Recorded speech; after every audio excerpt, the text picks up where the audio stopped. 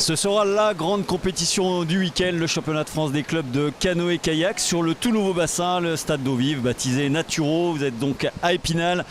On va aller un petit peu décrypter cette épreuve avec Maxime Botex, l'entraîneur du club, et Gabriel de Coster. On va commencer avec Maxime. Bonjour. Bonjour à tous. Bon, on va repréciser les choses. Les 10 meilleurs clubs français ou presque sont là. Il y a quand même quelques absents, hein, Pau et Lannion notamment.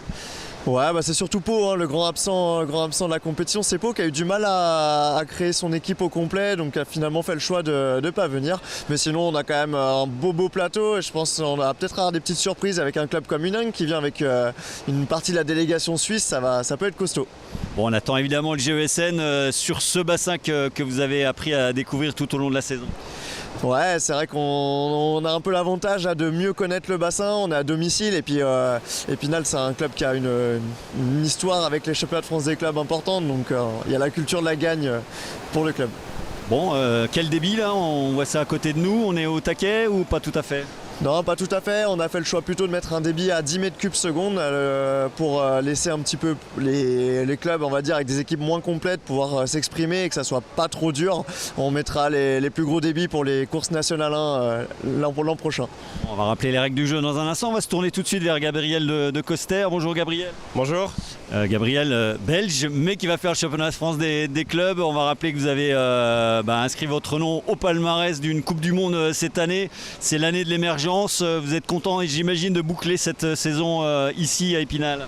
Ouais, c'est chouette à la fin de la saison pouvoir représenter le club. En plus à la maison, avec tout le soutien qu'il apporte, c'est chouette de concourir pour le club.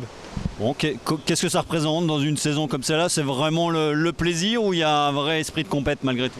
Bon, comme pour toujours, il y a le plaisir malgré que ce soit une compétition, mais il y a quand même l'esprit de compétition. On a le potentiel d'aller chercher la gagne et c'est pour ça que je suis là ce week-end. Vous parliez de potentiel, on a vu le vôtre. C'est vraiment l'année de l'émergence de Gabriel de Coster au niveau international ? Oui, j'ai enfin réussi à produire ce que je faisais à l'entraînement. Ça faisait quelques temps que je savais que j'étais très rapide, mais j'arrivais pas à le produire en compétition. Et c'est vraiment la saison où je pense que j'ai prouvé que j'étais là au meilleur niveau. Rappelez pourquoi vous êtes venu ici au GESN. Vous auriez pu aller dans un autre club évidemment. Ouais, malgré que moi je vienne de Belgique, on entend les échos du club. C'est un des plus proches, mais en plus de ça, rien que le GESN, ça fait des années que c'est le meilleur club, donc c'était le meilleur choix à faire pour moi.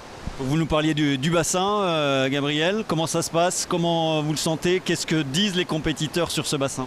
Le bassin est très chouette, un peu plus court au niveau distance que les standards internationaux, mais c'est même meilleur, moi je trouve, avec la fédération internationale qui force de plus en plus à faire des parcours plus courts. C'est vraiment chouette, et puis c'est pas parce qu'on a 20 mètres en moins qu'on ne peut pas s'entraîner au meilleur niveau. Bon, vous êtes le meilleur. On va se retourner de nouveau vers Maxime. On va rappeler les règles du jeu tout simplement. Maxime, samedi, dimanche, comment est-ce que le calcul final sera effectué ? Ouais, la règle, il y a un peu deux compétitions dans la compétition. Il y a une compétition individuelle, donc sous un format classique de qualification et de finale avec une première moitié qui ira en finale et l'autre moitié qui sera en finale B, donc qui ne jouera plus vraiment les avant-postes. Et après, il y aura une course en équipe avec les embarcations de clubs qui descendent à 3 en même temps. Donc voilà, ça fera pareil, qualif, finale. Et en fait, à l'issue de ça, on cumulera un petit peu les points de chaque classement pour décerner le titre de champion de France des clubs. Bon, avec un GESN qui a l'étiquette de favori, il faut bien le dire quand même. Ouais, on a l'étiquette de favori, forcément, on a une très belle équipe sur le papier, on a vraiment une équipe assez complète avec une grande partie d'athlètes qui évoluent en National 1, on a quasi une équipe complète de National 1, donc c'est vrai qu'on a plutôt une équipe qui fait peur, je pense. On a Diète, vous parliez de National 1, on va rappeler aussi qu'en mars, il y aura une manche du championnat de France National 1 ici même aussi. Ouais, ça va être une manche importante parce qu'elle va aussi certainement présélectionner pour les sélections équipes de France qui seront les premières étapes pour aller aussi aux Jeux Olympiques de Paris. Donc voilà, ça va s'inscrire dans ce processus-là.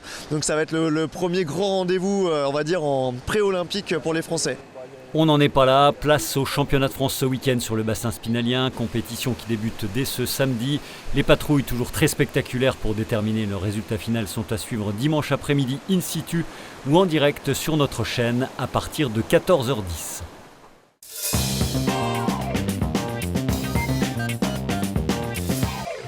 Dans le reste de l'actualité sportive du football, après une parenthèse Coupe de France bien négociée, retour au championnat pour les pensionnaires de National 3. En quête d'une deuxième victoire, l'US Raon l'Étape recevra samedi la réserve de Strasbourg à 18h. Deuxième de son groupe et toujours invaincu, le Estaon accueillera au même moment au stade Robert Seyer un mal classé Épernay. En N2, le SAS se déplace à Wascal.